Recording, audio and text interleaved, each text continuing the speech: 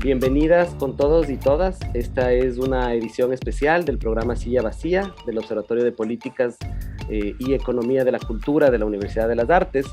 En esta ocasión, este ciclo de conversatorios que estamos organizando en alianza con la Universidad Andina Simón Bolívar y su maestría de Políticas y Gestión de la Cultura, aborda uno de los temas coyunturales más importantes en el desarrollo de la cultura, ¿no? Y las políticas y las instituciones, ¿no?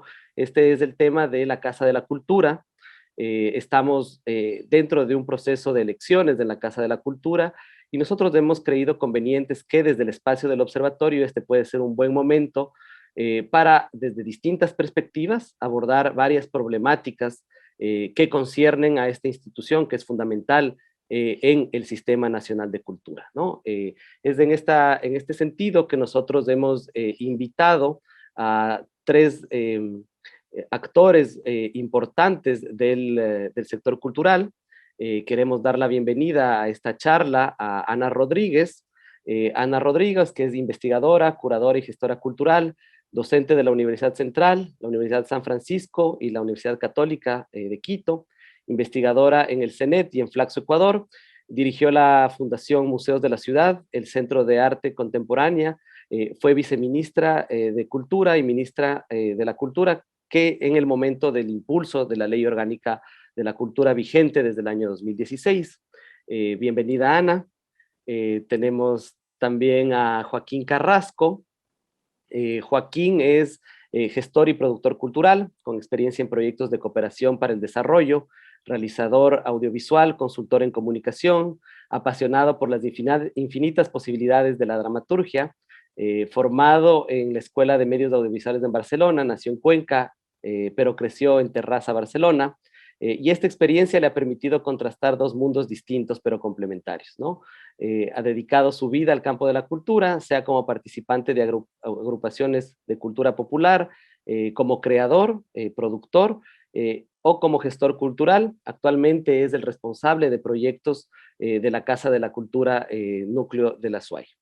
Y finalmente quisiéramos dar la bienvenida también a Eduardo Puente Hernández, máster en estudios latinoamericanos, con mención en políticas culturales, docente en gestión cultural, ex subsecretario de Cultura y ex director de la biblioteca de Claxo. Les doy a todas y ustedes la bienvenida y quisiera comenzar quizás con Ana, preguntándole de manera general en un primer momento si podemos hacer una evaluación de lo que esta institución, la Casa de la Cultura, significa en el ámbito del desarrollo de la cultura en el Ecuador, ¿no? Desde tu acción profesional, Ana, en el ámbito de las artes y la cultura, ¿cómo ves tú a la Casa de la Cultura? Gracias, Pablo. Bueno, habría que tener mucho más tiempo para reconocer y para poder identificar los distintos momentos y todo el valor que ha tenido la Casa de la Cultura en un poco la historia del pensamiento, de la investigación, de la creación artística en el país. Creo que ha sido una institución fundamental y ha marcado la pauta de muchísimos de los movimientos más importantes, no solo a nivel de la creación artística, sino que yo creo que incluso del pensamiento y de la organización de los intelectuales en una serie de ideas y de propuestas de renovación epistemológica en distintos momentos del siglo XX, ¿no? Llegó a tener incluso un rol regional muy importante en ese sentido y sabemos que ha sido el corazón de muchísimas de las grandes transformaciones simbólicas o que ha sido ese espacio en donde se ha logrado articular, muchas veces publicar, discutir, mostrar, movilizar la diversidad, la diferencia cultural. Eso creo que no ha estado nunca en duda. Yo podría decir también que digamos, en este siglo, quizás la gestión de la Casa de la Cultura, la manera en que se manejó el nacimiento del Ministerio de Cultura, creó seguramente una especie de bicefalía, ¿no? Que es el liderazgo que tenía la Casa de la Cultura en el quehacer, digamos, nacional, provincial, local, con sus 23 núcleos y sus más de 170 extensiones, digamos, dominaban de alguna manera y lideraban, encabezaban todo lo que tenía que ver con la gestión y la creación en arte y cultura. Creo que al momento en que se crea el Ministerio de Cultura, empieza a haber una especie de dificultad en entender cuál es el rol de cada quien, probablemente porque la rectoría del ministerio no es solamente una rectoría desde su creación, ¿no? Hay un nivel de gestión y ejecución que quizás son complejos y empiezan siendo un problema, y la capacidad ejecutiva de la Casa de la Cultura, que podía de ejecutar proyectos, de gestionar, ¿no es cierto?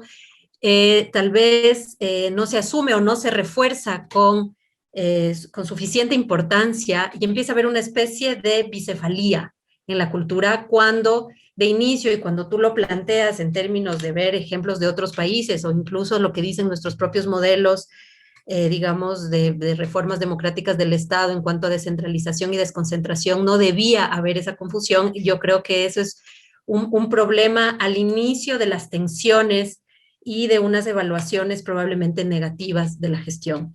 Creo que en los años anteriores a la ley, es lo que nos convoca en esta reunión, lo que se detectó, y yo lo puedo decir desde el ámbito, pues yo trabajé para el gobierno de la ciudad, para el municipio de Quito, antes para el Ministerio de Cultura, y es verdad que había muchos conflictos en las maneras, digamos, los modelos, las capacidades de inclusión, los temas de democratización, de apertura de trabajo territorial, de concursos públicos para acceder a los espacios en el municipio, a pesar de que yo dirigía una fundación de derecho privado, como eran recursos públicos, el esfuerzo gigante fue en ese sentido. Y la Casa de la Cultura, siendo una institución de larga data que había, digamos, embanderado precisamente esas grandes transformaciones simbólicas, como que tendía ya al, digamos, la reproducción de mecanismos clientelares y un poco al cierre, ¿no? Al cierre de los procesos más jóvenes, ¿no? De las transformaciones, por ejemplo, del arte urbano, digamos, de las propuestas, de la experimentación y sobre todo probablemente de la tecnificación y la profesionalización de los ámbitos de la gestión cultural. Yo creo que el más grave de esos aspectos, muchos de ellos quizás son debatibles o pueden parecer subjetivos, aunque no lo son, pero quizás el más grave de ellos fue la falta de transparencia y las negativas constantes de la Casa de la Cultura a rendir cuentas sobre el uso de recursos públicos y sus modelos de elección o de conformación digamos, de sus grupos literarios, artísticos, incluso los nombres no querían, las secciones académicas, ¿no? Que se llamaban, no querían renovarse, no admitían fácilmente nuevos miembros.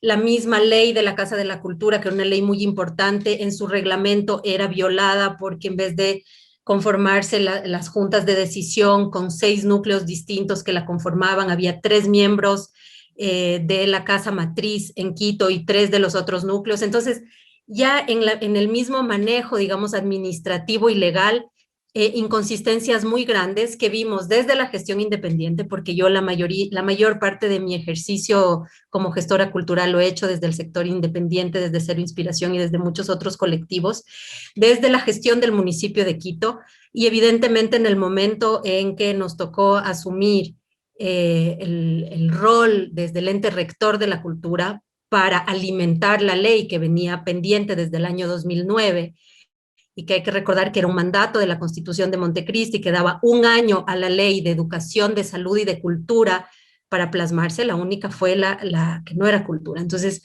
yo te digo, para el año de 2015, cuando renovamos, digamos, en acuerdos con la Asamblea y por demanda del sector cultural y probablemente para beneficio de la ciudadanía, la evaluación de la Casa de la Cultura resultaba en sus últimos años bastante negativa con respecto a los impactos o a un tiempo anterior en donde la Casa había tenido un rol fundamental, ¿no? Parecía más una competencia con el ministerio y una lucha por un tipo de autonomía que de alguna manera no era defendible. Y esa evaluación es técnica y tiene data, digamos, recursos en cuentas privadas, negativas en febrero del 2016 a rendir cuentas frente al decreto 797, digamos, cartas expresamente firmadas por los directivos de la Casa de la Cultura, rechazando, digamos, el carácter público de la información que se debía proveer. Entonces, nos haría falta mucho tiempo, de verdad, para reconocer y para evaluar, pero digamos,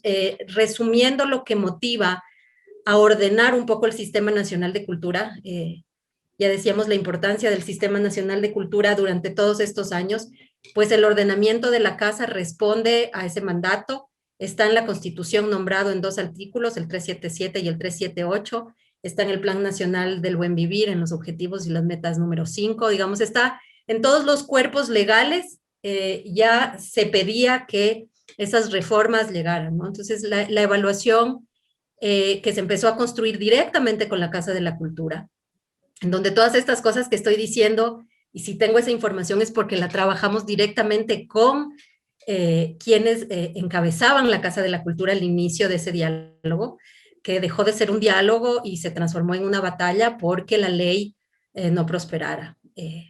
Sí. Muchas gracias, Ana. Nos dejas con mucha materia para tratar en las siguientes intervenciones. Yo quisiera continuar quizás con Eduardo, ¿no? Y un poco concatenando esta perspectiva que nos ha aportado Ana, un gran ejercicio de resumen sobre qué es lo que significaría la Casa de la Cultura en su dimensión histórica y nacional. Quisiera preguntarte a ti, Eduardo, y tú que has tenido la posibilidad de estar muchas veces involucrado en procesos en la misma Casa de la Cultura, ¿cómo tú podrías complementar esta visión, sobre todo entendiendo el rol que podría tener la Casa de la Cultura en un nuevo ordenamiento que era lo que pretendía aportar la construcción del Sistema Nacional de Cultura? Bienvenido, Eduardo. Gracias, Pablo. Un saludo a Joaquín, a Anita también. A Anita le veo a los tiempos. Sí, yo creo que el diagnóstico que hace Anita es muy cercano, ¿no? O sea, la casa actual no tiene nada que ver con la casa histórica. La Casa de la Cultura Histórica irrumpe en un momento histórico precisamente en el que se visibiliza la importancia de la cultura para volver a ser, como dijo el fundador, ¿no?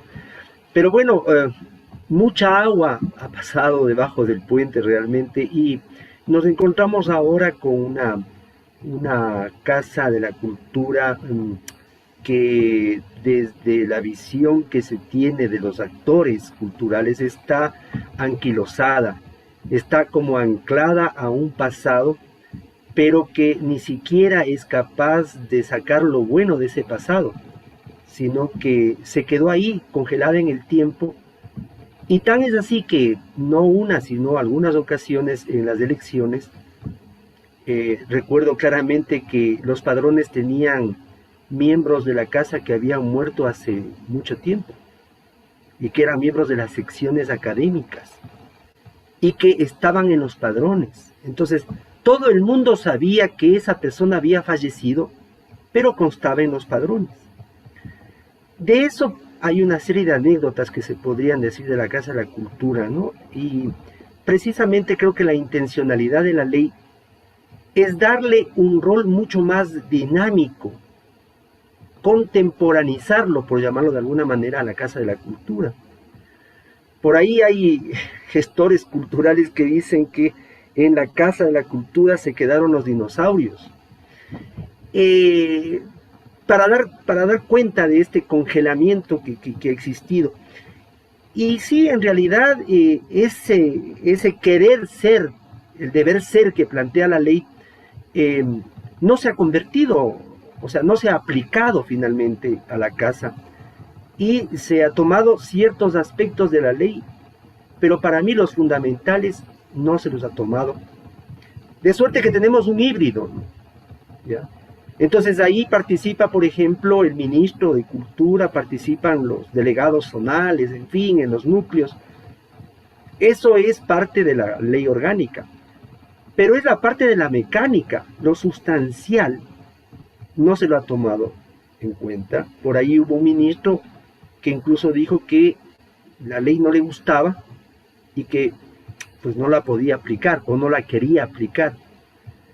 Y eso refleja que ni siquiera se entiende bien cuál es la estructura, el andamiaje jurídico que da sostén al Sistema Nacional de Cultura.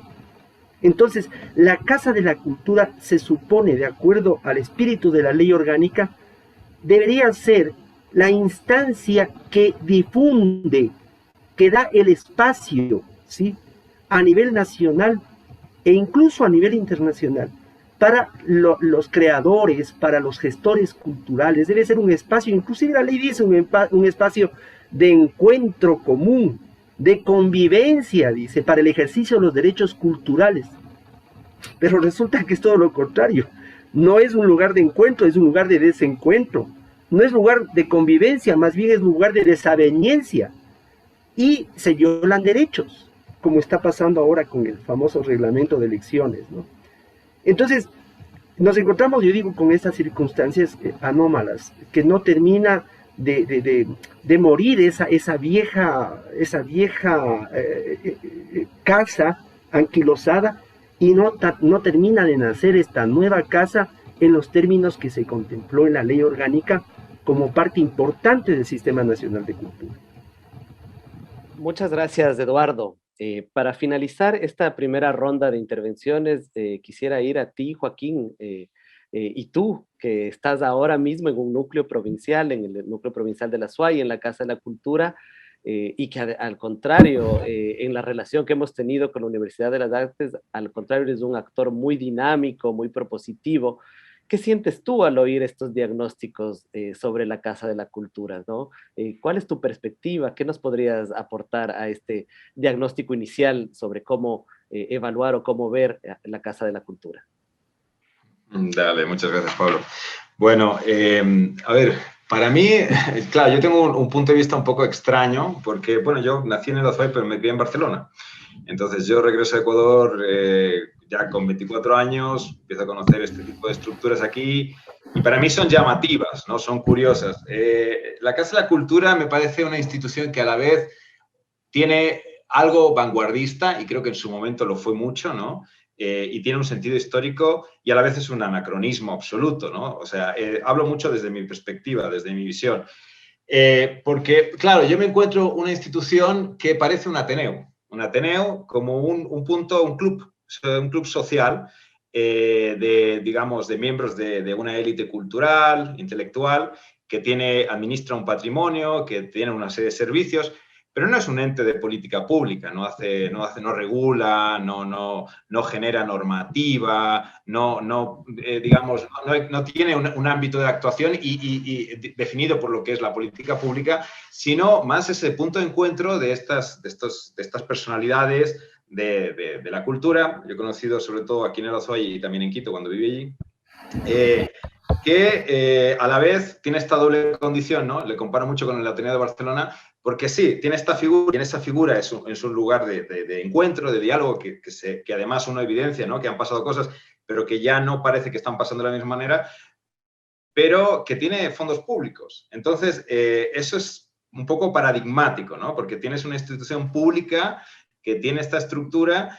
Y ahí es donde un poco, cuando aparece, en la época que aparece el surgimiento de la ley, del ministerio, se da esta disyuntiva que yo veo desde lejos, pero que me parece tan interesante decir, mira, o sea, se está creando una institucionalidad más común, ¿no? Un ministerio que va a ejercer una política pública, un ente rector que tiene una normativa, y luego vas a tener una institución que es el modelo distinto. Tienes una de arriba abajo y tienes una institución que en teoría, ¿no?, es de abajo arriba. Eso es radical, eso es interesante, porque permite, ¿no?, a los actores culturales tener una voz, tener una capacidad de actuación, tener una serie de cosas. No vas a dictar la política pública, pero eres un actor, ¿no? Y ese modelo se compone de las asambleas, que tienen sus directorios, que tienen sus directores, que van a la junta plenaria, y ese órgano tendría una capacidad de diálogo e interacción con el ministerio.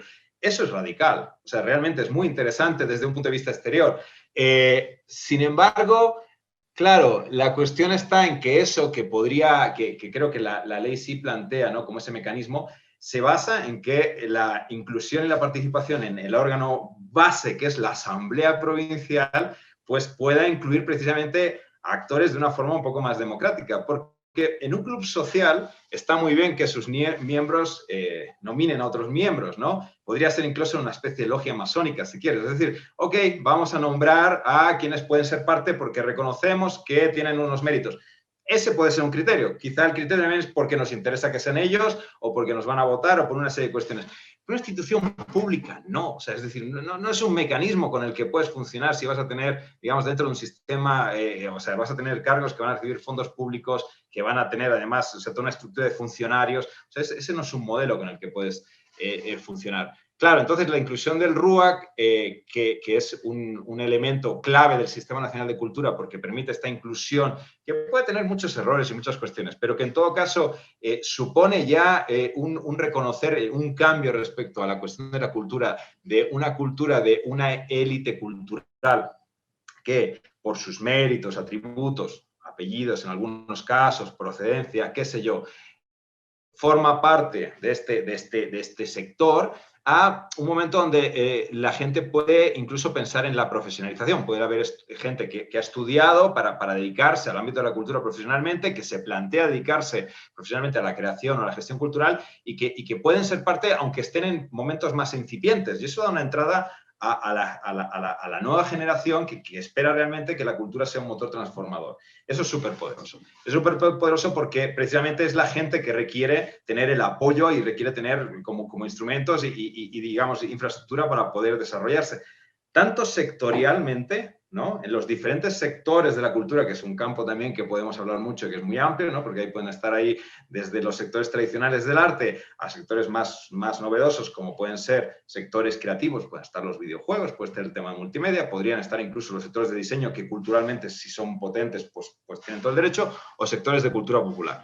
Entonces, eso, como en el ámbito territorial, porque además tienes esa característica tan significativa, que es la única institución de cultura que tiene presencia en las 24 provincias, te genera algo que es radicalmente una oportunidad, pero a la vez tienes este modelo, este antiguo modelo que obviamente se resiste, no quiere soltar. Y claro, ya el colmo de las contradicciones cuando dices, bueno, hay que aplicar la ley y su reglamento, ¿no? Porque la ley tiene el reglamento, le vamos a entregar esto a quien se opuso principalmente a la ley, que es el anterior presidente de la Casa de la Cultura, Raúl Pérez Torres, y en la Casa de la Cultura está el asesor de Raúl Pérez Torres, Camilo Restrepo. Entonces, obviamente, ahí vas a tener una dificultad de que esto, que es una cuestión escrita, ¿no? Un planteamiento, pues se efectivice. Y esta es la disyuntiva en la que ahora mismo estamos, que además se pone de manifiesto con estas elecciones de las que se halla ahora en la Casa. Muchas gracias, Joaquín, y muchas gracias a los tres por este panorama de inicio que nos han trazado sobre la Casa de la Cultura en el pasado, en el presente y en lo que debería plantear a futuro como desafío la Casa de la Cultura. Quizás los tres han tenido un elemento en común, un común denominador en sus intervenciones, y es aludir al tema de la ley de cultura, ¿no? Hemos hablado de la ley de cultura como un hito en la historia de la política cultural en el Ecuador, y quizás les propongo centrarnos en este tema para la continuación de la conversación, ¿no? En ese sentido, la Ley de Cultura, que es una ley que se expide en el año 2016, pero cuyos inicios datan de hace más de una década, quizás del año 2009, abre algunos elementos interesantes para la renovación de la Casa de la Cultura, ¿no? Y antes de entrar a ellos, yo quisiera comenzar quizás con Ana. Tú, Ana, estuviste involucrada en el proceso de creación de la ley, ¿no? En el trabajo que se hizo para concretizar este momento de expedir una ley de cultura. Quisiera que quizás nos cuentes un poquito cuál fue la relación que se estableció entre la Casa de la Cultura y el proceso constitutivo de esta nueva ley de cultura. ¿Qué podemos decir al respecto? Bueno, yo participé de dos formas distintas. Al inicio, en 2009, cuando se inició, digamos, un gran diálogo ciudadano a partir del mandato, participé en los 100 días por la cultura como investigadora independiente. Yo era investigadora en Flaxo en ese tiempo y participé con distintas organizaciones por el tema de derechos culturales, y hubo una gigantesca expectativa de muchos de nosotros de la concreción de la ley, que se vio rápidamente archivada. Cuando yo regresé, digamos, cuando estuve en el 2015 y volví sobre el tema de la ley, fue precisamente cuando Guillaume Long era ministro de Cultura y me llamó a participar en su equipo y el compromiso de la gente que fuimos como equipo de Guillaume, que éramos distintos niveles de técnicos, digamos, de distintos ámbitos más bien, de distintas ciudades del país, nos interesaba sacar adelante la ley de cultura. Y lo que se hizo fue un ejercicio muy importante de tomar en cuenta todos los diálogos ciudadanos que habían iniciado luego de la Constitución del 2008, la consulta prelegislativa, que también fue muy amplia en la Asamblea, todos los informes que reposaban en la Asamblea, digamos, todo el trabajo de diálogo y de participación que se había hecho, y implementamos un nuevo diálogo, puesto que algunos de esos elementos había que actualizar porque había nuevas leyes que nos obligaban a rever varios de esos temas, puesto que había pasado tantos años. Y una de las primeras, digamos, uno de los temas más estratégicos, importantes y delicados, porque ya sabíamos que la ley en 2009 había tenido, digamos, una serie de, voy a decir la palabra que hemos usado durante todos estos años, un lobby por parte de la Casa de la Cultura para que se archive la ley, ¿no? Eso no es un secreto. Digamos, todos los sectores sabemos, y a nivel del gobierno había un gran conflicto sobre cómo tratar ese tema. Había ministros dentro del mismo gobierno que pugnaba por impulsar una ley que estaban del lado de la Casa de la Cultura. Entonces, como sabemos, muchas veces en la política esto tenía muchas almas, y como siempre la cultura, yo no voy a dejar de decirlo, es una ficha de poco valor en la negociación política, y no importa el partido, la adscripción política o ideológica, la cultura es ficha de cualquier negociación, ¿no?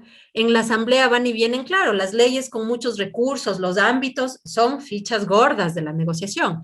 La cultura es el interés en general de preservar el statu quo, o así es como lo hemos venido viviendo. Entonces, el lobby por archivar la primera versión de la ley tenía distintos tipos de intereses. Había un debate sobre la arqueología, sobre varios temas que no eran debates menores, pero el que tuvo mayor capacidad de bajarse la ley fue precisamente la negativa de la Casa de la Cultura a reformar su modelo de gestión, y principalmente a que se derogara la ley y los reglamentos que la permitían funcionar de la manera que funcionaba.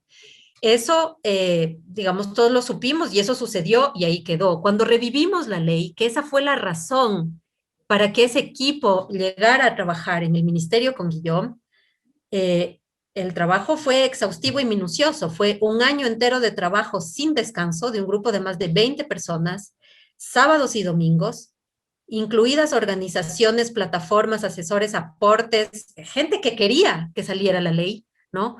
Una revisión, una nueva comparativa internacional y de otras leyes de cultura, de institucionalidad que pudiera inspirar o ayudar a construir la nuestra, de derechos sobre todos los ámbitos de la ley, es decir, plasmar derechos culturales, derecho a la ciudad, derechos colectivos de diversidad, de interculturalidad, todo, digamos, el abanico de derechos presentes en la Constitución, ¿ya?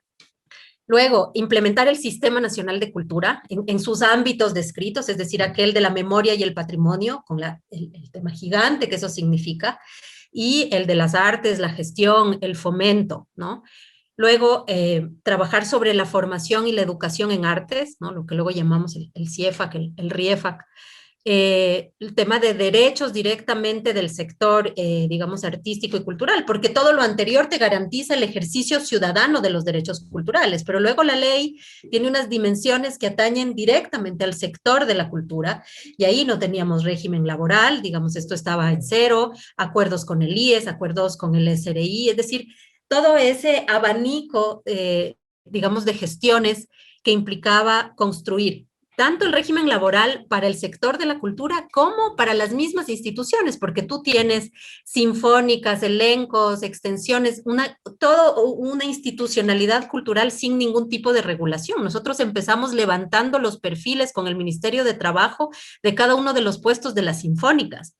Por eso cuando uno habla de una ley, no habla de escribir cientos de artículos, que finalmente es el trabajo de los asambleístas con un insumo que tú le das, sino de hacer todo el ejercicio de la normativa, de lo que las leyes te permiten, de trabajar con las instituciones, Ministerio de Trabajo, SRI, la administración, la Secretaría Nacional de la Administración Pública, las EMPLADES, es decir, el Ministerio de Finanzas, la aprobación, el costo, cuál es el impacto presupuestario, cuál es el nivel, cuál es la tipología, ¿no? Digamos, de institucionalidad democrática, la desconcentración, la descentralización, el tipo, la metodología que utilizamos consideraba todo eso en cuenta y también el contexto regional y, digamos, el estado de otras leyes de cultura que nos hizo, creo que, proponer una ley por esta complejidad de actores que participábamos, que era altamente innovadora como ley de cultura, no solo para el país, sino para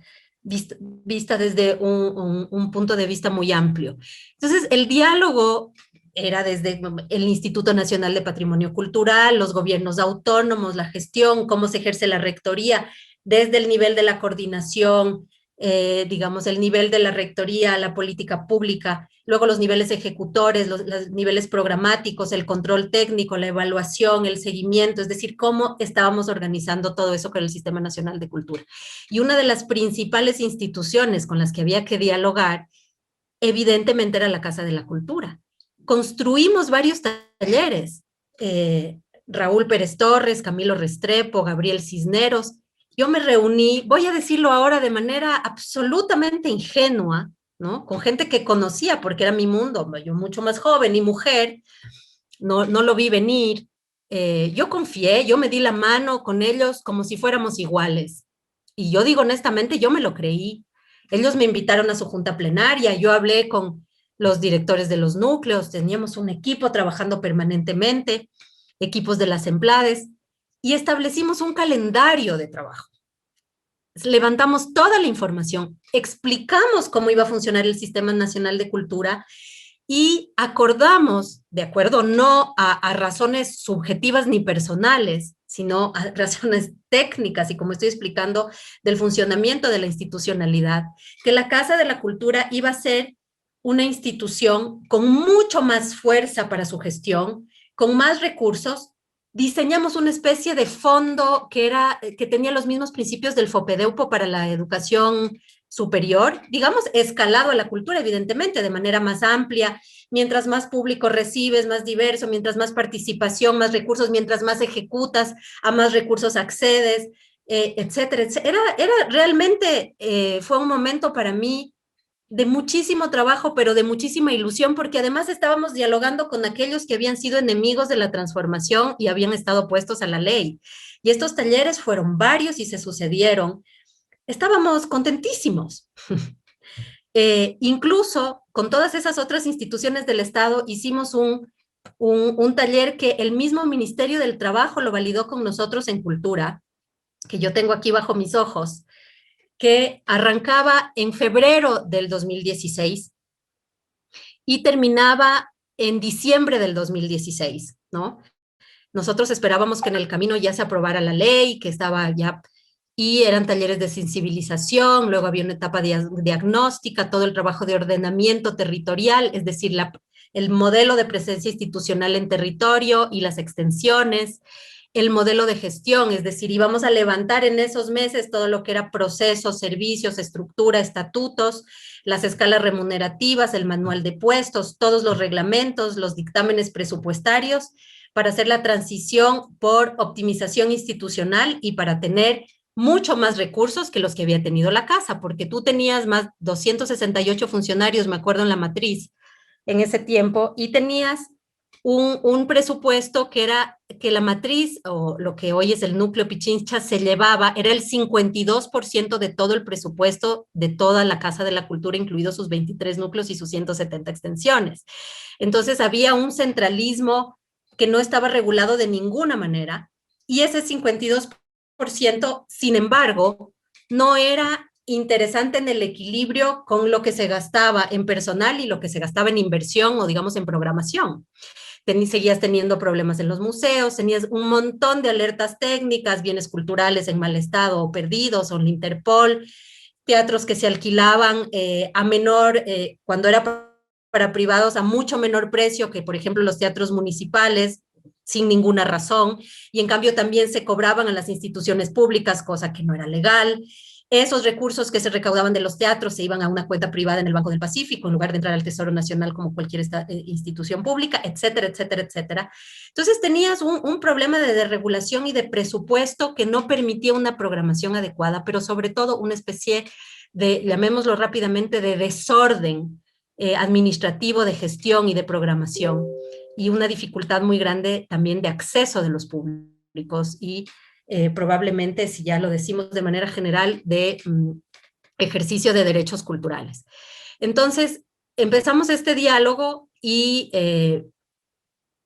yo te voy a decir que mi gran sorpresa fue que de pronto me mandaron un video completamente crítico y luego escuché una entrevista de radio y entonces me di cuenta de que no había ese diálogo, de que eso que habíamos estado conversando era solamente, digamos, una pantalla mientras ellos se organizaban para de nuevo rechazar, y que estaban trabajando ya desde tiempo antes en otro momento del lobby para frenar la ley y para frenar la transformación.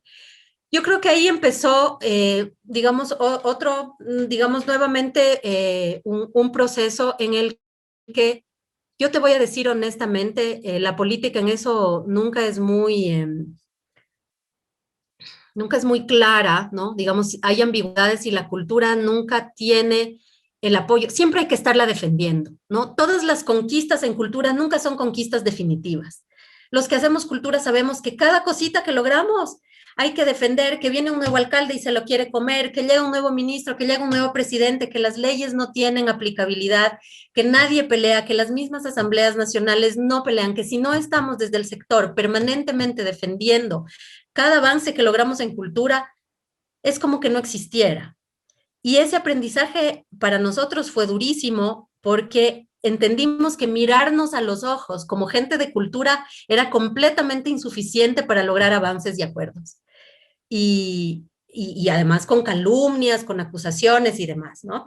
Yo creo que quizás lo más importante que yo podría decir en esa relación, digamos, para acortar y poder cerrar esta intervención, lo más importante, digamos, en la regulación y en esos acuerdos y en el análisis del funcionamiento que se hizo entre el Ministerio de Cultura, la Asamblea, de cara a la ley, con la Casa de la Cultura, es el decidir definitivamente y desde todas las partes que la Casa tenía que ser democrática en su propia institucionalidad interna. Es decir, que la matriz no podía seguir absorbiendo la gran parte de los recursos de manera centralista y sin rendición de cuentas, y que había que beneficiar de manera coherente y consistente con las normativas que existían a los núcleos según su capacidad de acceso, según su gestión, e incluso con razones demográficas, ¿no es cierto? Porque las provincias tienen un carácter distinto que implican gestiones distintas y mediciones distintas, es decir, con las mismas herramientas, pero considerando la circunstancia específica de cada uno de los núcleos. Creo que esa fue la primera gran decisión y el acuerdo con la Asamblea de que dejar, digamos, abandonar de una vez por todas este conflicto de intereses entre ser la matriz y gestionar Pichincha, ¿no? Porque eres la matriz, eres el órgano decisional, entonces tienes un conflicto de intereses porque eres el que asigna la plata a los 23 núcleos y tienes la potestad, tienes 3 miembros en la Junta Plenaria en vez de tener uno solo, porque has violado tu propia ley de la Casa de la Cultura que estaba vigente en ese entonces. Entonces tienes un conflicto de intereses entre la plata que te entregas a ti mismo y la que le entregas a los demás. De ahí surgió la idea que la sede nacional, o simbólicamente la vieja casona Benjamín Carrión, que había dado lugar, se volviera solamente en el ente, ¿no? Que iba a regular, que iba a ser esta cabeza que era tan importante simbólicamente para los mismos núcleos y la casa, pero la sede no gestionaba programas y espacios, ¿no? La sede era como la dirección, ¿no es cierto? Y los ejecutores eran los 24 núcleos. Entonces, para eso había que crear definitivamente, porque esto estaba ya muy hablado, ya se había dado esta discusión internamente, el núcleo Pichincha, y el núcleo Pichincha, como todos los otros núcleos, era responsable de la ejecución y la programación en territorio, en este caso Pichincha. Y eso te rompía el conflicto de intereses anterior y obligaba a la sede a no ser ejecutora, ¿no es cierto? Sino ser la cabeza, la directriz, la reguladora, la que fomenta, la que le dice al núcleo que está creciendo, vamos más, la que ayuda a hacer circular los elencos de un núcleo al otro, la que promueve la interacción entre los distintos, la que dice, aquí falta diversidad, aquí tienes pueblos y nacionalidades, no lo has hecho, etcétera, etcétera. Eso yo creo que era un avance importantísimo en el diálogo y eso está completamente incumplido, absolutamente incumplido, porque se pervirtió al máximo esa idea, duplicando.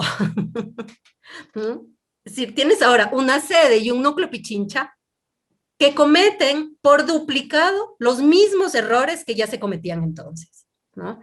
Y la segunda cosa, y con eso cierro, es que el tema de la asignación de fondos y las distintas fórmulas que se ensayaron para la asignación de fondos en un inicio, probablemente no pueden ir solas sin que se creen modelos de gestión y sin que se distinga los recursos que toma la gestión de museos, memoria, patrimonio, bibliotecas, es decir, lo que llamamos repositorios de la memoria, ¿no es cierto? De la gestión, digamos, la expresión de las artes, los teatros, la gestión del día a día, y si no se distingue, digamos, si no se tiene una gran política de públicos, de gratuidades, de cobros, de relación con los privados, etcétera. Es decir, sin los modelos de gestión adecuados, la asignación y las fórmulas de recurso tampoco sirven para nada, ¿no? Porque si tú no tienes maneras y mecanismos y reglas claras en su implementación y mecanismos de seguimiento y control técnico, muy poco es lo que pasa con las universidades. Para nosotros asignar el FOPEDEUPO tenemos un montón de reglas del juego, ¿no es cierto? Y si no, no podrías ni siquiera pensar en acceder al fondo. Bueno, lo que está pasando hoy día es que están pensando en acceder al fondo de fomento del Ministerio de Cultura, sin precisamente haber avanzado en ningún sentido en todas esas reglas del juego y en el perfeccionamiento de esos accesos y de esa gestión. Entonces, realmente a mí me parece que de manera muy, no sé, probablemente muy cínica, muy descarada hacia el sector, pero sobre todo hacia las entidades de control del Estado, porque al final es una institución pública, y se propuso con autonomía responsable, y se increpó y se insistió en que esa palabra responsable, ese epíteto estuviera presente, por más que para quienes hacen leyes eso es como entendieron después de ver los informes y dijeron, no, hay que conservar la palabra autonomía responsable porque se ha malentendido la autonomía, ¿no? Como la autonomía universitaria, como otras autonomías, me sigue funcionando el paralelo. La autonomía responsable yo creo que es algo que ni siquiera ese principio se ha asimilado. Nombro estos dos aspectos porque me parecen fundamentales, aunque hay muchísimos más. Muchas gracias, Ana. Quiero pasar de tu intervención a Joaquín, quizás, porque creo que es importante hacer el enlace sobre este abanico de posibilidades que mencionaba Ana en el momento de la expedición de la Ley de Cultura, ¿no? Y que pensaba transformar el ejercicio real de acción de la Casa de la Cultura y de esta relación entre la sede central y los territorios, ¿no? Y quisiera preguntarte, Joaquín, con este antecedente, ¿cómo sientes tú o cómo vives más bien el ejercicio de la acción, ¿no? A partir de estas posibilidades que implementaba la ley? Yo quisiera preguntarte muy sinceramente, ¿se ha cumplido, ¿no? El propósito que estaba establecido? ¿Tiene límites o ha tenido, al contrario, desviaciones, digamos así, este espíritu que estaba plasmado en la ley, ¿no? ¿Cómo dentro del ejercicio tú evalúas la relación entre ley de cultura y Casa de la Cultura? Bueno, a ver, yo creo que han explicado de sobras lo que supone, lo que realmente planteaba la ley en cuanto a la casa, ¿no? En nuestra praxis, pues te puedo decir que es de nuevo, es un ejercicio sui generis, ¿no? Porque, claro, tú te encuentras un marco normativo, pero luego tú acudes a la junta plenaria y te relacionas con la sede y un poco empiezas a ver que obviamente eso está en otro ámbito. Yo quizá aquí voy a contar el tema anecdótico porque es que lo tengo que referenciar. O sea, es decir, claro, nosotros llegamos desde el RUAC, sinceramente, ¿no? No somos una administración que sale del RUAC. Yo no soy miembro de la casa, Martín no es miembro de los antiguos de la casa. Y claro, cuando llegamos, pues de alguna manera, lo primero que nos encontramos es un castillo, porque la ZOE tiene un castillo, un edificio de 11.000 metros cuadrados, más una casona colonial, que es el Salón del Pueblo, un sitio arqueológico, con un museo de sitios, es decir, un archivo nacional que tiene el libro notarial más antiguo del Ecuador de 1563. O sea, una serie de cosas que es como, wow, o sea, esto es tremendo. O sea, que estos activos que tienen. Y claro, unas estructuras, como dicen, modelos de gestión muy anquilosados. Hay una prestación de servicios, en este caso culturales, en el ámbito de los repositorios, patrimoniales. También hay ciertas cuestiones en el ámbito, por ejemplo, con la parte de los teatros, pero los teatros ya con muchos problemas de mantenimiento. Y entonces, claro, cuando te encuentras con esta realidad y la realidad de la Junta Plenaria, que es el órgano donde de alguna manera vas a tener la normativa de la casa, empiezas a encontrarte que la ley es una cosa, pero la praxis es totalmente otra, ¿no? El hecho se da, por ejemplo, el 21 de junio del 2017, en que hay la Junta Plenaria y el presidente, el Camilo Restrepo, dice, somete a aprobación que haya un respaldo a un oficio que le ha presentado al ministro diciendo que ellos han analizado y que declaran inconstitucional, inaplicable el reglamento de la Ley de Cultura, y que como lo declaran inconstitucional y esto, pues deciden que no se va a aplicar el reglamento, sino la ley superior, que es la ley. Entonces, que ellos dicen que la ley, el artículo 167, que habla de la distribución de recursos y las dispositivas transitorias, hablan solamente de los núcleos, que a la sede no hay que tocarla y que, por lo tanto, pues lo que se es ignorar esos artículos, pedirle al ministro que derogue el acuerdo ministerial que los hizo crecer, que es el 2017-047 de la RAUS, y que bueno, que pide el respaldo. Claro, o sea, la mayor parte de presidentes ya venían o de la vieja guardia o no tenían idea de lo que estaba pasando. Se da todo este caos, hay observaciones, pero simplemente se considera que eso se aprueba. Y el ministro de Cultura luego hace un acuerdo ministerial, 134-2017, que deroga el acuerdo de Arauz en el que se creaba el mecanismo de distribución de recursos. Pero que eso ya no tenía sentido, porque eso ya estaba en el reglamento estaba vigente en el registro oficial, es decir, o sea, era como una jugada muy extraña que no tenía mucho sentido, pero que sin embargo se daba por buena y que la Junta Plenaria actuaba como si la sede fuera la Corte Constitucional y pudiera decir que es constitucional y que no, y que ellos tenían como la autonomía para declarar esto. Entonces, claro, ya te empiezas a encontrar esas praxis que te llevan, por ejemplo, al conflicto que se dio al inicio con el núcleo de Pichincha cuando estaba Francisco Ordóñez, ¿no? Que él decía, no, a ver, o sea, esto es lo que dijo Ana, es decir, o sea, la sede es una UDAF, además técnicamente es una UDAF, tiene unos ámbitos de coordinación, los núcleos son EODs, que son los que operan, y entonces hay que separar. No tiene sentido que la sede administre el Ágora, los museos, no sé qué cuánto, porque eso es operativo. Claro, ¿qué pasaba? La sede nacional, y sobre todo su presidente, nunca en la vida iba a soltar eso, ¿no? Porque iba en contra de su cuota de poder, o sea, es decir, eso era su gestión de poder. Entonces hubo toda una pugna, él tenía el apoyo de la mayor parte de núcleos, porque además, obviamente, cuando ya ganó todo estaba ya repartido, Raúl Pérez Torres, ministro de Cultura, la hija de Camilo Restrepo, jefa de despacho, o sea, hay que decirlo porque es lo que es decir, o sea, esto estaba ya todo cocinado, entonces ahí no iba a haber nada, ninguna objeción. Francisco Ordóñez se estrelló, y finalmente, pues, al final renunció, subió Luis García.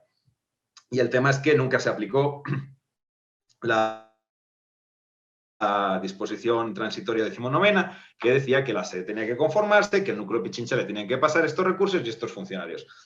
¿Cuál es el problema?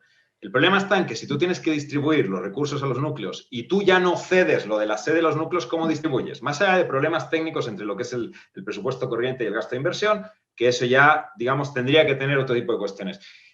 Ya desde ahí, ya todo se tergiversa. Y lo peor es que luego eso se va aumentando, ¿no? Va aumentando, por ejemplo, cuando se promulga el Estatuto Orgánico de Gestión por Procesos, que se va totalmente en contra del artículo 152 que define, que separa lo que es la sede de los núcleos del 156 que dice qué son las atribuciones del presidente de la Casa de la Cultura y del 165 que dice cuáles son las atribuciones de los núcleos. Y se crea un estatuto orgánico en la cual la sede tiene unas figuras muy extrañas que son los directores nacionales, que no aparecen en ningún lado porque tienen cargo jerárquico y que cobran igual y que son iguales de rango que los directores provinciales y que además le dan a la sede todas las potestades ejecutivas y operativas, ¿no? Entonces, claro, ahí se crea un mamotreto que viene avalado o viene aprobado por el Ministerio de Trabajo y por el Ministerio de Finanzas.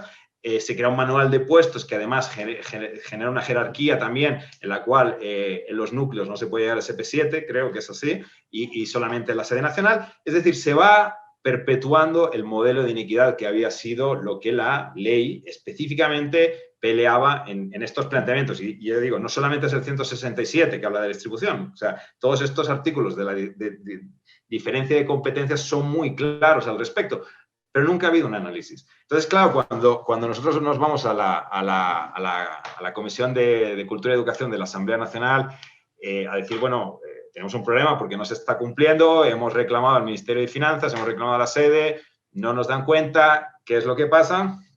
Llega efectivamente Raúl Pérez Torres, llega el Camilo Restrepo y deciden lo que mencionó Eduardo. Dice, es que no estamos de acuerdo con el reglamento y hemos decidido que no lo vamos a aplicar. Entonces, claro, o sea, eso, o sea, sinceramente, o sea, ya no sé si es porque me crié en otro lado, pero es muy chocante, ¿no? Es como decir, no me lo puedo creer.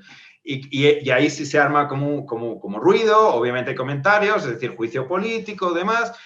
Sin embargo, el lobby que mencionó Ana es súper poderoso. Cuenta es que hasta el día de hoy no ha pasado nada con la Comisión de Cultura, pero sí logramos que se diera el juicio político, ¿no? Por la presión de los asambleístas de la provincia de Azuay y de Tungurahua. Entonces, ya llega allí, Raúl explica obviamente lo mismo, que no han decidido ignorarlo, pero sin embargo, por este lobby que tiene que ver con cuestiones ya del manejo centralista y del acceso a los círculos de poder, porque eso es lo que tiene la sede, no sé, es decir, o sea, el acceso a círculos de poder en instancias donde se deciden las cosas, pues Raúl simplemente sale libre del juicio y se queda todo pendiente. Sí quiero mencionar, porque es curioso que ese año que hicimos, fue el 2019, hicimos una acción de protección que nos tumbaron. Llevamos a juicio político al ministro y no salió. Hicimos una denuncia a la Contraloría del Estado de lo que estaba pasando. Recién nos están notificando de la Contraloría que van a investigar lo que pasa en la sede nacional. O sea, dentro de lo que cabe, con todo lo que es este escenario, aún hay al menos una instancia que, bueno, que vamos a ver si al final se da algo o no, desde un análisis, cumplimiento normativa, distribución de recursos. Pero, claro, o sea, ¿qué pasa, no? Que si tú tienes una ley y un reglamento y que tienen esta cuestión de vanguardia, pero a la final la interpretación de la ley y del reglamento es tan libre, es tan subjetiva, es tan, como yo me he encontrado, ¿no? con la gente del núcleo de la sede nacional, decir, no, es que aquí pone que se distribuye a los núcleos, pero no se habla de que se toca la sede nacional.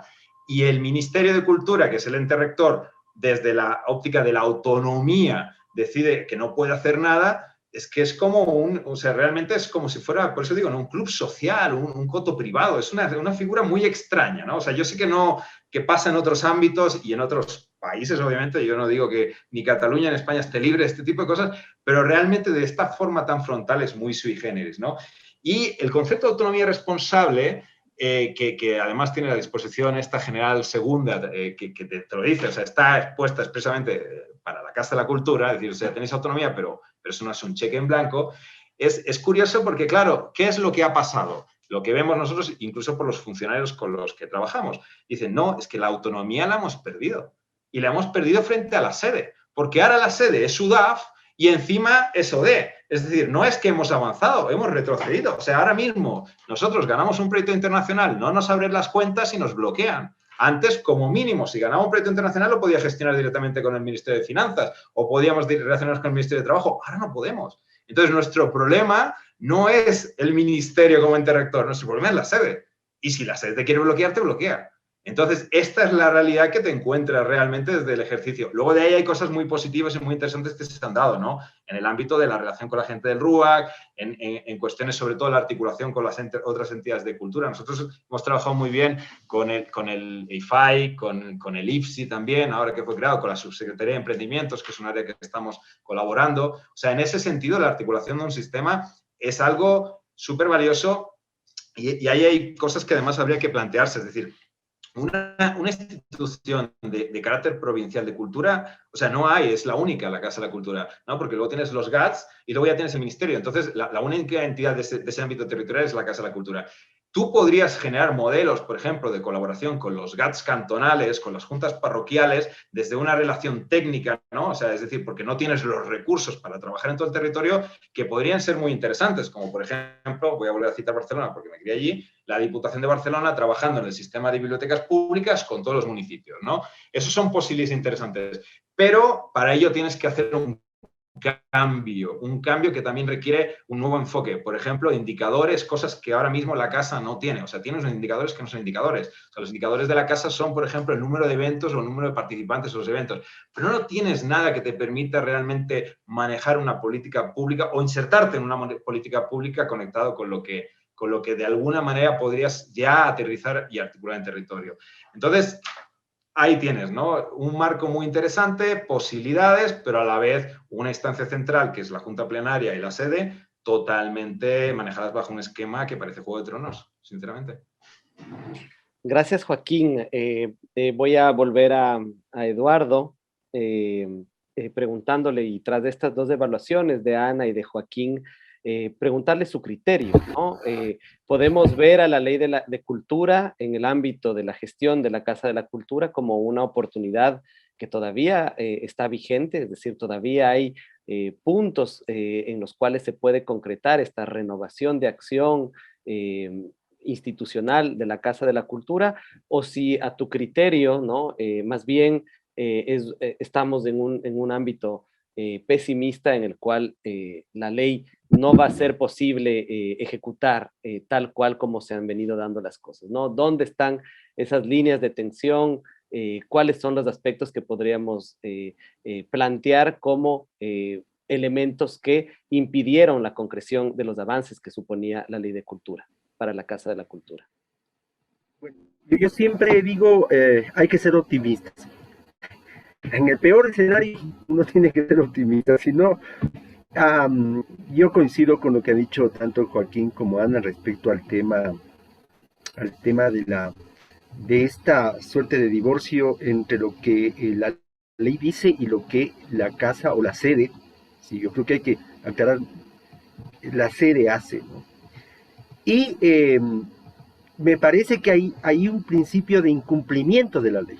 Partamos de eso, o sea, la Casa de la Cultura, la sede, está incumpliendo la ley en muchos del articulados que le competen. Pero eso da cuenta de una fragilidad institucional que tampoco es que se quede en la Casa de la Cultura. Yo creo que el país tiene un gran problema de una fragilidad institucional. A veces se cree que la institución es la persona, o la institución es el grupo de amigos, ¿no? Y esa fragilidad institucional se mantiene sobre la base de una serie de prácticas que ya son medias consuetudinarias y que por ser costumbre se consideran como normales. Esto del lobby, por ejemplo, es normal. Entonces, cuando hay elecciones, el grupo que maneja la sede, el grupo mayoritario, digamos, porque no son todos los núcleos, yo reivindico al núcleo de la SOAI, por ahí hay otros núcleos que se han salido de esto, el núcleo de Tungurahua, me decían que Santa Elena, en fin, hay varios núcleos, pero digo, la mayoría de núcleos con la sede nacional opera con una lógica de una práctica consuetudinaria en la que yo te doy un auspicio, te doy un compromiso a cambio de tu voto, a cambio de tu lealtad absoluta, más allá de la ley, más allá de las normas, más allá de la política.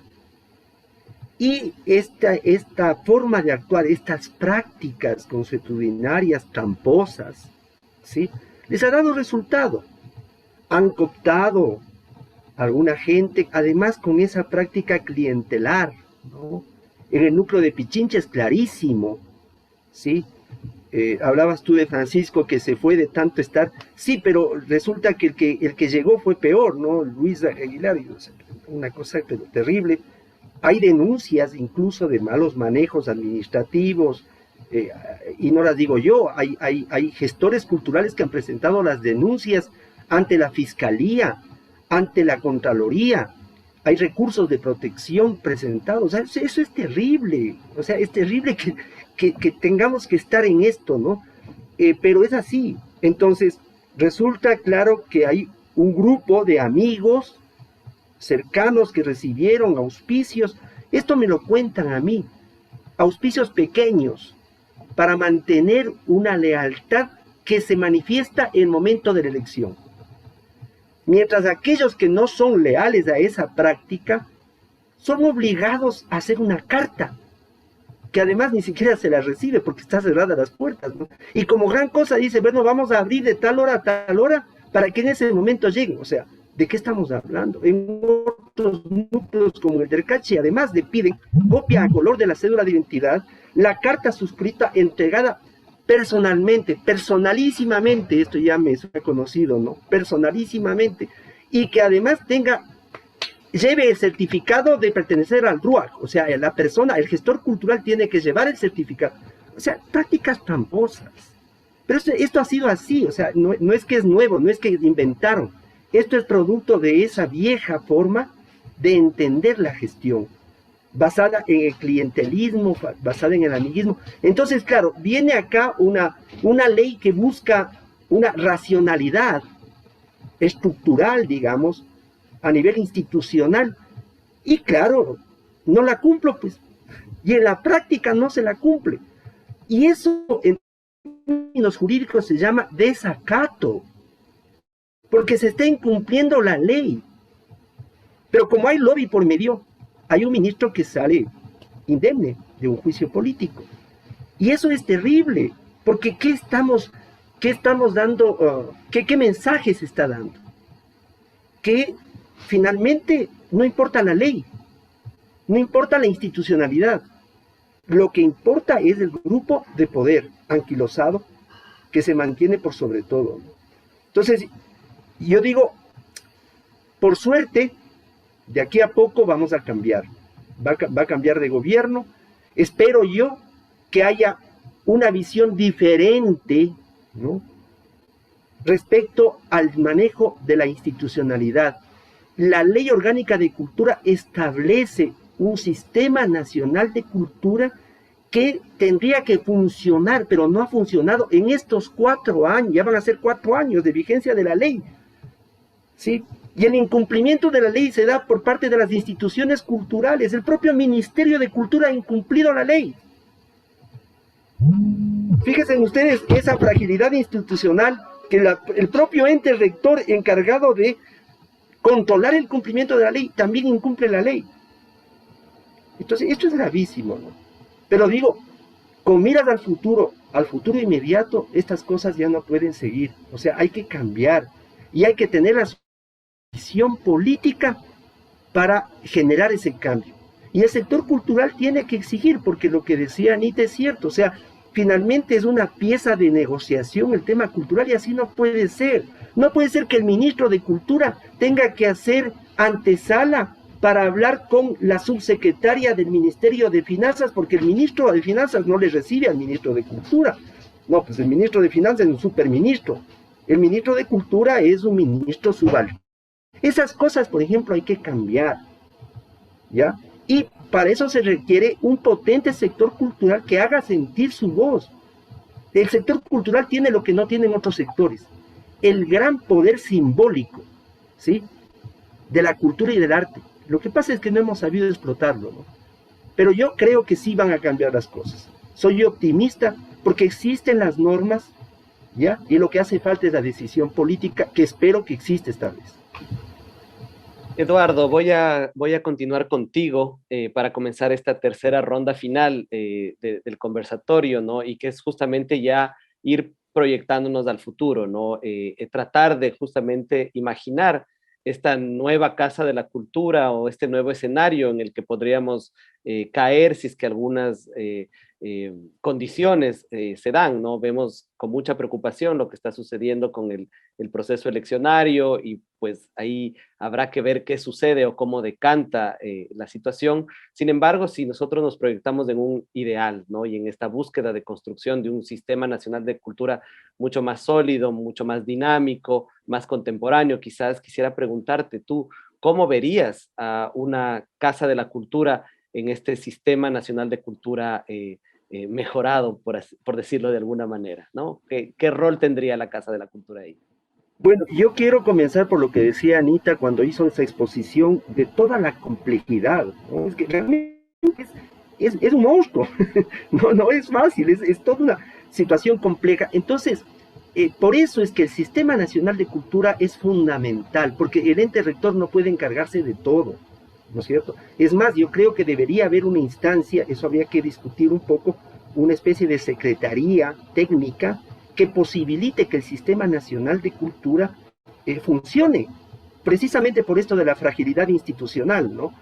Y ahí, dentro de ese Sistema Nacional de Cultura, la Casa de la Cultura tiene un papel importantísimo, un papel fundamental, y la ley lo dice, todo el tema de promoción, todo el tema de circulación de bienes, todo el tema de difusión en territorio, ¿no? Es decir, ese es un tema mayor que la Casa de la Cultura no lo ha hecho, o al menos no lo ha hecho a nivel nacional, que debería hacerlo, ¿ya?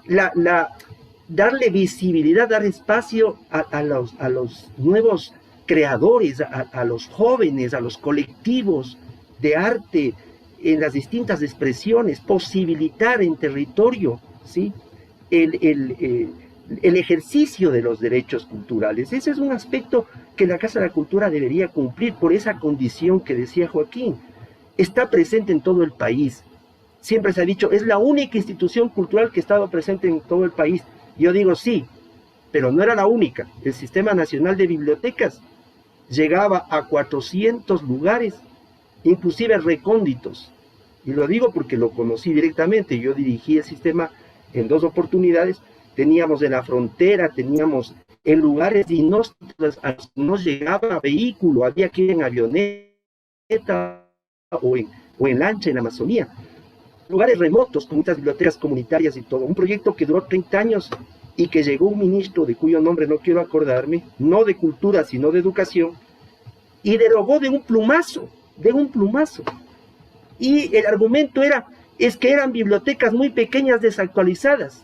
Entonces yo decía, ¿y a quién correspondía? Pues actualizar y fortalecer esas bibliotecas. ¿A quién? Al Estado, pues al ministerio. Usted, ministro, debía haber hecho eso, pero no.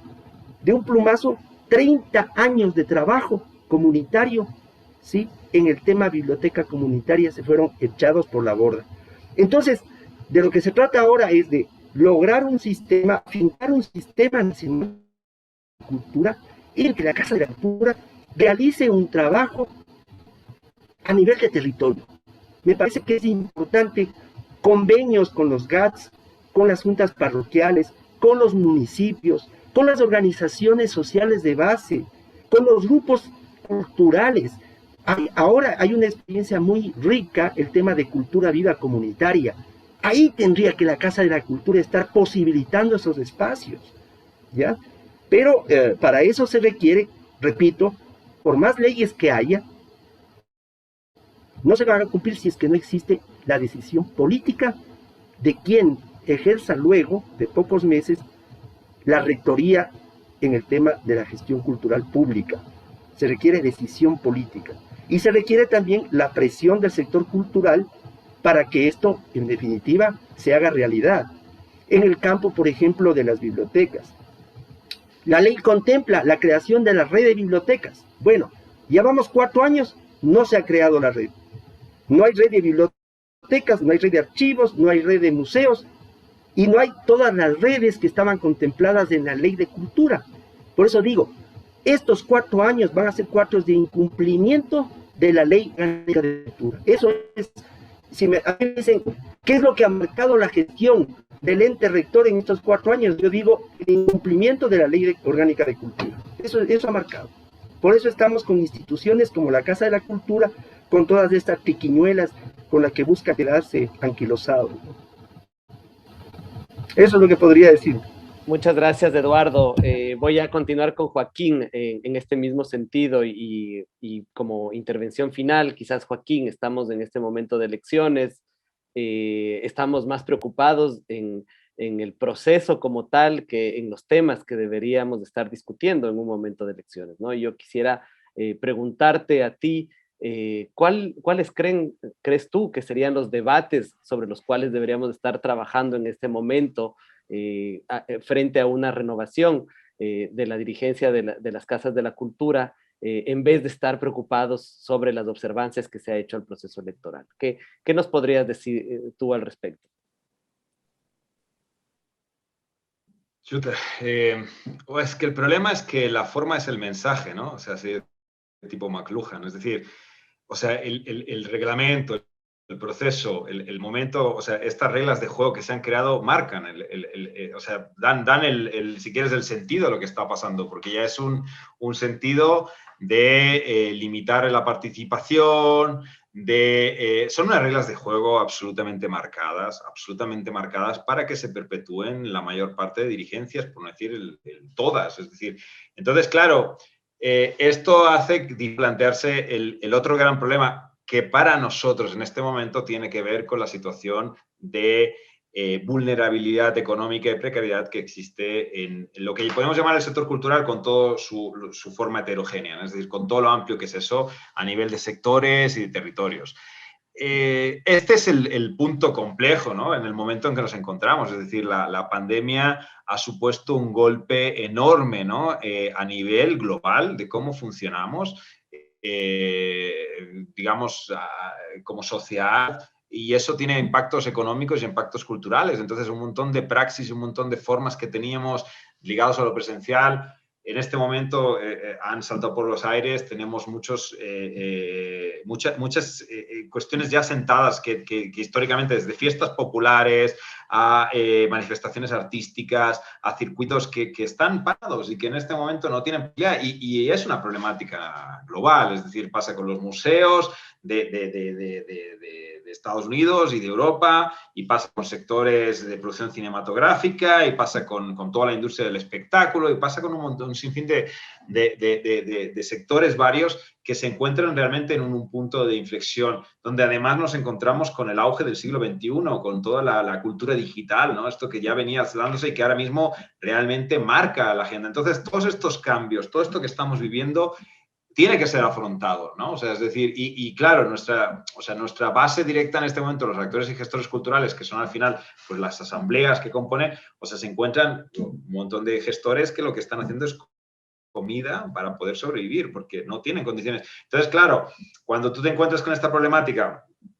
plantear, decir, bueno, no, realmente tenemos la posibilidad de que vamos a sostener económicamente estos sectores, eso es imposible, eso no existe esa musculatura desde un ámbito público como para poder, porque además te tocaría sostener a muchos otros, pero tienes que afrontar la problemática y decir, bueno, ¿cuál es el rol en que nosotros sí podemos ser un apoyo, podemos ser un puntal, podemos de alguna manera trabajar? Y a mí hay una reflexión que me viene dando vueltas hace tiempo, que es, yo siento que la Casa de la Cultura es una institución de tercer nivel, ¿no? Desde una óptica productiva, ¿no? Enfocando en el problema productivo. Es decir, este modelo de trabajar de artista a artista, con un dedo mágico que dice, bueno, a ti te voy a ayudar, a ti no te voy a ayudar, eso es un modelo que, primero, que no tiene ningún sentido, obviamente, y que es un modelo de otro tipo de instancias, pero que además no te va a permitir trabajar a nivel territorial o sectorial. Tú en un nivel territorial o sectorial necesitas que se generen, digamos, instancias de asociatividad, de articulación, pueden ser gremios, pueden ser cooperativas, pueden ser asociaciones, que les permitan poder tener suficiente musculatura para afrontar problemas relacionados con el financiación, con la capacidad de acceso a mercado, con la capacidad de tecnificación, con la capacidad de afrontar estos desafíos de la cultura digital. Entonces, a partir de tú tener interlocutores de segundo nivel, que es cuando, por ejemplo, tienes una asociación de artistas escénicos que ya tienen unas capacidades como asociación y que eso te permite, ahí sí, tú como casa, tú puedes ser una asociación de una instancia de tercer nivel y tú puedes ya empezar a trabajar en una instancia mayor y poder acceder a un ámbito territorial sectorial mucho más grande. Si tú trabajas solamente de artista a artista o de creador a creador, es que no te va a dar la vida, realmente, ¿no? Entonces, ahí hay para nosotros hay una necesidad muy grande de trabajar en generar esas instancias territoriales, que serían las extensiones, estas estancias sectoriales que pueden ser, lo digo, ¿no? Asociaciones, cooperativas, gremios, y a partir de ahí poder abordar problemáticas destinadas a generar mejor condición de producción, de sostenibilidad, de difusión, de circulación, de todo esto, ¿no? De todo este tejido que es cultural, es social y es productivo también. Entonces, ese es un enfoque, en mi caso, diría que en este momento con más peso que no la prestación de servicios públicos, porque no tenemos la capacidad. Y está muy bien y hay que hacerlo. Nosotros tenemos dos proyectos internacionales en este momento. Uno tiene que ver con el emprendimiento y el otro con las bibliotecas públicas. Es decir, somos totalmente convencidos del rol de las bibliotecas públicas, quizá te diría por encima de cualquier otro servicio público, más que los museos. O sea, las bibliotecas son esenciales, es el servicio que puede sacar la cara por cultura, lo digo por experiencia. O sea, es decir, lo he visto, lo he vivido. O sea, yo soy usuario desde que era pequeño, entonces sé lo que pueden llegar a ser, ¿no? Y creo que es un sector que habría que ponerle una atención que todavía no está. Pero no veo que la Casa de la Cultura tenga esas capacidades. O sea, sinceramente, no las veo en este momento. Podrían darse, pero por varias cuestiones no le veo con esa capacidad. Entonces, bueno, ahí me sale esta disyuntiva de decir, ok, en este momento creo que eso tiene que tener unas instancias para que se pueda canalizar y hacerlo bien. Y sí, la Casa de la Cultura con un ente asesor técnico podría hay que tener, pero sin ese ente asesor no lo veo. Y en el caso de fomento de oportunidades, y además aquí entendiendo el cambio generacional que estamos viviendo, que en el fondo es la pelea, si quieres, épica que se está dando con la Casa de la Cultura, este cambio generacional, de toda esta gente joven que ha decidido que quiere hacer de la cultura un modo de vida, que quiere realmente dedicarse a este ámbito, que cree que con esto va a aportar valor y que cree fervientemente en esto y que se encuentra con todos estos problemas que además, dependiendo de dónde estés, son obviamente mucho mayores. No es lo mismo estar en una ciudad ya de un nivel grande como Quito, Guayaquil, que en una ciudad intermedia como puede ser Cuenca o Manta, que en una ciudad mucho más pequeña donde tienes diferentes condiciones de acceso. Entonces, ahí sí creo que existen posibilidades de articulación y que eso podría dinamizar y afrontar este súper difícil momento pandémico, digital que estamos viviendo, ¿no? Esa sería, creo que, la reflexión que tendríamos que tener si no estuviéramos con este reglamento mafioso. Muchas gracias, Joaquín. Voy a pasar a Ana. Le corresponde a Ana la intervención final. Voy a apelar a su capacidad de síntesis para cerrar esta charla tan amena, tan pertinente que hemos tenido. Ana, ¿tú cómo ves en este momento? Justamente es un momento muy sombrío, ¿no? La cultura en crisis, la economía deprimida, una pandemia que no sabemos cuándo se acaba, los actores del sector cultural desmotivados por estos problemas en un proceso de elecciones de Casa de la Cultura. ¿Cómo verías tú en este momento cómo debería darse una rearticulación del sector, ¿no? Volver a quizás ver en este momento de cambio de la dirigencia de la Casa de la Cultura, no verlo como un peso, sino como una esperanza, ¿no? ¿Qué mensaje quisieras tú dar para cerrar esta charla? Bueno, voy a ser optimista, porque no se puede ser más pesimista que el propio contexto que nos enmarca ahorita, ¿no? Es decir, eh, todo se cae a pedazos, tenemos la sensación de que nada funciona, y aunque la mayoría de los ecuatorianos vemos en las encuestas que son totalmente pesimistas, que el decrecimiento, que son 10 años de horror, que además no sabemos qué va a pasar, qué va a pasar de aquí a la próxima semana, hay un nivel de incertidumbre muy grande. Voy a tratar de ser optimista en el sentido de que frente a eso no tenemos más opción en términos subjetivos que creer en nuestras redes, nuestras plataformas, en lo que hacemos, en el trabajo territorial y en que cada paso que damos tiene sentido, y que en este mismo momento hay un montón de gente afuera de la Casa de la Cultura en Quito reclamando la entrada a la junta plenaria y que esa es una motivación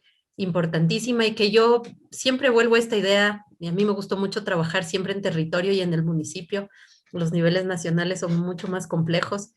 Yo siempre vuelvo a esta idea de las pequeñas señales y que el hecho de que todos los jóvenes y las plataformas de cultura viva comunitaria y los grupos escénicos y la gente que ha trabajado toda la vida en territorio estén afuera en la calle reclamando la democratización es una señal suficiente, digamos, más allá de todos los papeles, documentos administrativos y legales, para mostrar que hay un modelo de gestión que hay que reconstruir. O sea, sobre todo para decir, ya, tienen que soltar la teta, tienen que soltarla. O sea, yo creo que el primer mensaje es, este país está clarísimo que requiere una especie de sostén, digamos, hay una crisis moral y política tan grande, ¿no? Que yo creo que el rol de la cultura es más importante que nunca, contrariamente a lo que mucha gente piensa, ¿no? Que es como algo secundario. Quizás más que nunca es fundamental que entendamos los universos simbólicos, que entendamos las elecciones y lo que estamos viviendo por una pugna de los jóvenes, de los feminismos, de los ecologismos, de los procesos de democratización, no como luchas en disputa por los mismos espacios, sino por unos acuerdos mínimos, por poner en común los mínimos que requerimos en términos simbólicos. Y yo creo que esa es la primera reflexión que yo haría. Nos toca ser optimistas, como dice el Eduardo, porque no nos queda más desde el mundo de la cultura en que pensar que todos los pequeños gestos y las pequeñas señales que vamos dando y que van construyendo y que van a ir transformando las instituciones son absolutamente necesarias, más necesarias que nunca, y que no dejan de lado todo el trabajo que seguimos haciendo en territorio, ¿no? Y que seguimos haciendo para consolidar en la decepción nuestros propios espacios que también se fragmentan, como los movimientos como políticos o como todos los espacios institucionales, también nos fragmentamos desde los espacios de la cultura. Nosotros en muchas de estas plataformas no tenemos espacios, la gente está precarizada, no tiene tiempo, y sin embargo creo que es en esos momentos en que no hay que soltar. Entonces yo diría que el primer punto es eso, democratizar, y en esos temas yo soy mucho más radical incluso, y no es que esté en contra el día de hoy ni nada, yo ni siquiera creía en el RUAC. Yo pensaba que las asambleas tenían que ser abiertas y que las formas de gobernanza paritarias, ¿no? Sí, tal vez no estamos preparados en este país, pero hay que dar pasos así. Joaquín, que es de Barcelona, a mí me encanta el modelo de Can Batlló, que es un espacio tomado, que luego se acordó con el municipio sus reglas del juego, que se le asignó recursos en función de los servicios que presta, pero es una gestión comunitaria que se evalúa de forma paritaria en una asamblea 50 y 50 entre el municipio de Barcelona y la gestión ciudadana que se hace de Can Batlló. Entonces, imagínense lo que es eso, y se evalúa con indicadores complejos y cada 2 años se renueva el acuerdo y se asignan los recursos en función de los públicos y los indicadores complejos que Can Batlló ha procesado. Entonces, yo soy más de, esa es mi idea. Sí, tal vez no estamos preparados, pero yo creo que esos son los altos. Yo prefiero las democracias radicales que la leguleyada de media tinta sobre una falsa institucionalidad. Bueno, entonces es debatible y entiendo totalmente otras posturas. Yo nunca quise el RUAC por esa razón, porque para mí era otra forma de filtro que podía ser controlada y que podía siempre tener criterios subjetivos de no participación. Bueno, la prueba es que a mí nunca me han querido escribir en el RUAC. O sea, no estoy inscrita hasta el día de hoy, estoy metida en todas las discusiones, pero me han rechazado el RUAC 3 veces.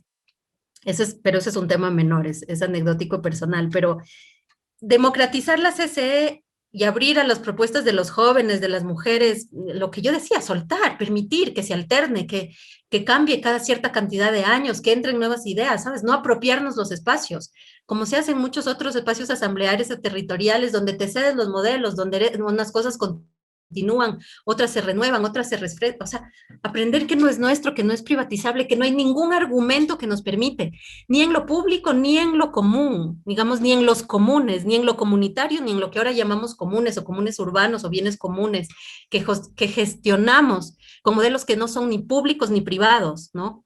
Quizás esa era la vieja idea de la autonomía, quizás esa era una innovación en su tiempo en los años 40.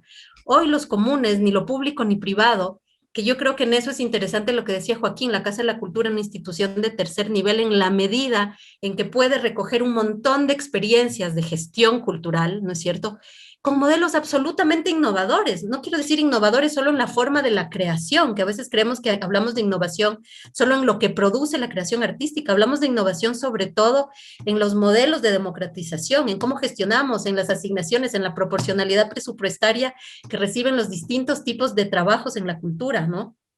Sin prebendas, ¿sí?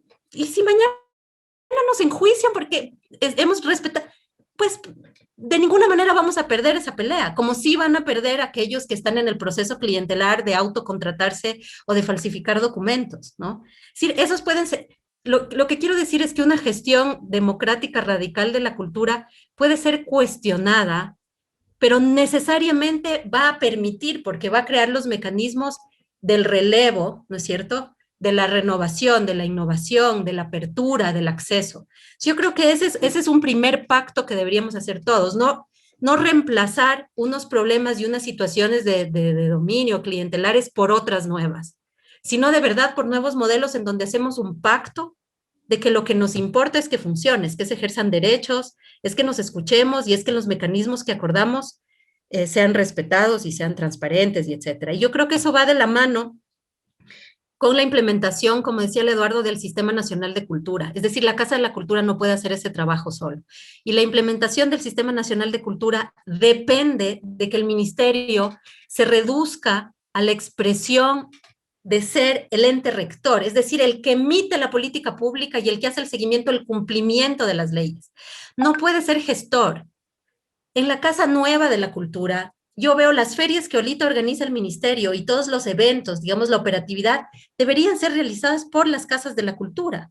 El ministerio ya no tiene por qué ser ejecutor, porque sus técnicos tienen que estar haciendo política pública y control técnico. No pueden estar haciendo gestión o TDRs para contratar el Festival de Loja, Cromía, el festival, no porque tiene que dejar de haber feria de libros, sino que tiene que estar anclada en el territorio y la gestión operativa de la cultura en el territorio debe ser de las casas de la cultura y de los GATS. De ahí la articulación tan importante de los niveles desconcentrados, porque finalmente ese es el lugar y esa es la institución que operativiza, digamos, en el nivel desconcentrado, ¿no es cierto?, el fomento cultural y artístico en articulación con los GATS de distinto nivel, provincial, cantonal, parroquial, etcétera. Entonces creo que esa implementación es muy importante y que ha pasado que se ha tendido a reducir, es decir, el ministerio no acaba de dejar de ser un operador ejecutor, ¿no es cierto? El Sistema Nacional de Cultura se restringe, teníamos 2 institutos que se fusionaron en uno, en vez de que se creen los que faltaban y las redes que dice la ley, como decía el Eduardo, es decir, baja implementación del Sistema Nacional de Cultura y un ministerio incapaz de soltar sus competencias y ponerlas donde tienen que estar, ¿no? Entonces, eso yo no creo que se le puede exigir a la Casa de la Cultura esa transformación sin que haya una implementación integral del Sistema Nacional de Cultura y una asunción por parte del Ministerio de Cultura de sus competencias y de sus funciones dentro de esto, y entonces, y dejar de controlar el IFSI, el IFAICO, es decir, ¿no? El ministerio tiene que permitir la autonomía técnica de esas instituciones. No puede nombrar, no puede poner a gente que no es experta. ¿Cómo nació el IFAIC? Con un director que no sabía nada de cultura, que venía del Partido Socialista como una cuota política. Yo digo la cultura, con denuncias, con papeles. ¿Por qué la cultura es moneda de cambio de las peores negociaciones políticas? O sea, esa parte, si no sucede todo al mismo tiempo, es imposible que logremos. Si el ente rector no tiene la capacidad de ponerse serio, muy difícilmente el Sistema Nacional de Cultura va a existir en condiciones adecuadas. Entonces, cuando hay ambigüedad sobre la interpretación de la Ley Orgánica de Cultura, yo digo que está escrito en su inicio el principio pro cultura.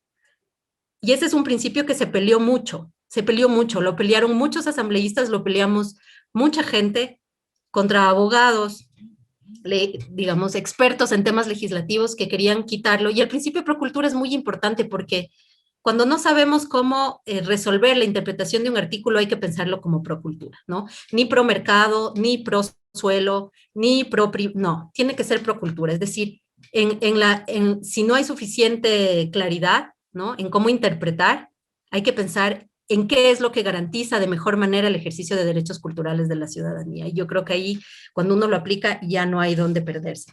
En esa Casa de la Cultura Nueva, además, digamos, de la cultura nueva, no de la nueva cultura, en esa Casa del Futuro que nos estabas invitando a pensar, yo vería además que hay muchos esfuerzos al interior de las mismas casas y hay lugares que para mí son lugares importantísimos, la Cinemateca Ulises Estrella, los elencos, ¿no? Es decir, hay el Frente de Danza Independiente, es un lugar en el que yo crecí, yo trabajé durante más de 15 años con ellos, fui vestuarista, coreógrafo, hice de todo ahí adentro. Conozco muy bien la casa desde aquellos que gestionan esos espacios independientes sin condiciones, sin foco, sin mantenimiento. Es decir, todos esos espacios que han hecho de algún modo la trayectoria que han hecho ha sido a pulso de autogestión, es decir, ocupan espacios de la Casa de la Cultura, pero no han sido formalizados y no han tenido ningún apoyo. Y por eso nombré Can Batlló en Barcelona, porque la idea de sostener espacios así debe venir con muchísima más dignidad. Entonces, en esa casa que soñamos habría que formalizar, entregar por 2 años, por 5 años, con recursos, con todo lo que se requiere, con procesos, es decir, con herramientas. Y esos indicadores complejos, que no son siempre los mismos que miden la prestación de servicios públicos, como decía Joaquín, yo me iría a la misma radicalidad que hablaba de la democratización. Hay que crear espacios de cogestión regulados. Hay espacios que no tienen que ser gestionados por el Estado, que pueden entregarse a ser gestionados por los mismos grupos y por la ciudadanía con reglas del juego muy claras, porque eso te optimiza la manera de trabajar, relaciona los presupuestos con los públicos, con las organizaciones de segundo nivel, es decir, te permite que haya una especie de equilibrio en la construcción colectiva y en la participación. Y no porque haces eso tienes que dejar de prestar servicios públicos. Lo que quiero decir es que un modelo de gestión complejo, que tiene indicadores complejos, podría tener, digamos, esa valoración de lo que ya está ahí adentro. Entonces, yo creo que para cerrar, digamos, como que el ejercicio, cuando pensamos en la cadena de valor de los distintos ámbitos, ¿no? de la cultura, en los procesos de investigación, de creación, de experimentación, de circulación, los más tradicionales, ¿no? No siempre funciona así. Hay que ver de qué manera, digamos, la implementación de esta institucionalidad y de ese sistema va a lograr que eso se optimicen y con qué distintos lugares de... O sea, no es algo estático, es lo que quiero decir. La institucionalidad de cultura no es algo estático, es algo que se va renovando, que va innovando, y que creo que es imposible que se haga sin la participación, es decir, sin la conformación de redes, sin la asociatividad, sin las plataformas, es decir, sin mecanismos de participación y de construcción colectiva de esos mismos procesos. Y cuando pensamos en eso, pensamos también en los elencos que ya funcionan ahí adentro, desde el mismo ballet, porque todos para mí son expresiones distintas y complejas del territorio, ¿no? O digamos, o de las relaciones interculturales en las cuales se produce digamos, la posibilidad de los derechos culturales. Entonces, sí, hay que complicarse la vida en ese sentido. Yo creo que es el único camino y es un camino maravilloso. Hay que soltar. Yo no he querido volver. Me han hecho varias propuestas en distintos momentos, incluso los colectivos. Yo no me voy a candidatizar, ¿no? Si estoy apoyando y si estoy aquí ahorita hablando es porque me interesa, porque ahorita estoy en otro momento de lo privado que me gusta mucho y de mi desarrollo académico y de investigadora. Pero me interesa que esto funcione y me interesa decirle a la gente que es muy potente estar y soltar e irse y volver y dejarse afectar y reconocer y hacer la autocrítica de lo que no funciona y seguir impulsando lo que creemos que debe funcionar, ¿no? Que no nos podemos constituir en referentes únicos, monolíticos, no podemos pensar que tenemos una razón o una voz, que hay cosas que tienen que irse actualizando y que esos reglamentos y que finalmente el modo de aterrizar la ley, que al final es un principio, ¿no? La ley es siempre una declaración de principios, no puede dejar de construirse con la gente. Y entonces todos esos colegas que están parados en las veredas, afuera de la vieja casona, pidiendo que vuelva a ser lo que algún día fue, con la idea que empezó, digamos, lo más legítimo es que puedan entrar y participar en la construcción, no solo en las elecciones, sino en la construcción colectiva, y ellos mismos, cuando lo logren, que yo espero que lo hagan, sepan abrir la puerta para que la construcción sea participativa y colectiva. que es como el reto primordial. Ana, muchísimas gracias por esta vibrante y contundente intervención final. Yo quiero agradecerles a los tres, Eduardo, Joaquín, Ana, por su participación y por haber aceptado esta invitación de Silla Vacía, que es del espacio del Observatorio de Políticas y Economía de la Cultura para el debate y la discusión de temas de coyuntura política cultural. Así que muchísimas gracias por su participación. Será hasta una próxima. Y espero que podamos en siguientes capítulos seguir dando seguimiento a este proceso de elecciones de la Casa de la Cultura del Ecuador. Muchísimas gracias y buenas tardes. Gracias, Pablo. Gracias, Pablo. Gracias, Nos Eduardo. vemos, Gracias, Anita. Joaquín. Chao, Joaquín.